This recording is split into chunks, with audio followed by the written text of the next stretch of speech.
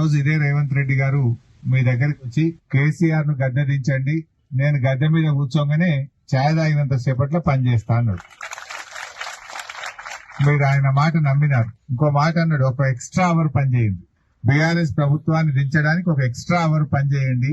ఇక నేను రాగానే నెల లోపల సెక్రటరియట్ లో కూర్చొని ఒక్క నెల లోపు మిమ్మల్ని సెక్రటరియట్ కి పిలుస్తా, మీకు ఛాయ్ తాగిపిస్తా, మీరు ఛాయ్ తాగేంత సేపట్లో మీకు పర్మనెంట్ ఆర్డర్లు ఇచ్చి ఇంటికి పంపుతా మిమ్మల్ని అన్నాడా?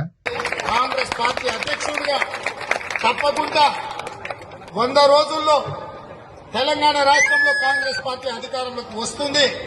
మిమ్మల్ని మీ సంఘాల నాయకులను పిలిపించి హైదరాబాద్ లో సచివాలయంలో దర్బారుగా మిమ్మల్ని కూర్చోబెట్టి మీ సమస్యలు మాట్లాడి ఇవాళ ప్రభుత్వం అనుకుంటే ఒక గంటల మీ సమస్యలు పరిష్కారం అయితే మిమ్మల్ని కూర్చోబెట్టి మాట్లాడితే పరిష్కరించగలిగిన సమస్యలు అనుకుంటే అక్కడనే మిమ్మల్ని కూర్చోబెట్టి మీరు ఛాయ్ తాగే లోపల జీవో ఇచ్చి మిమ్మల్ని పంపించవచ్చు.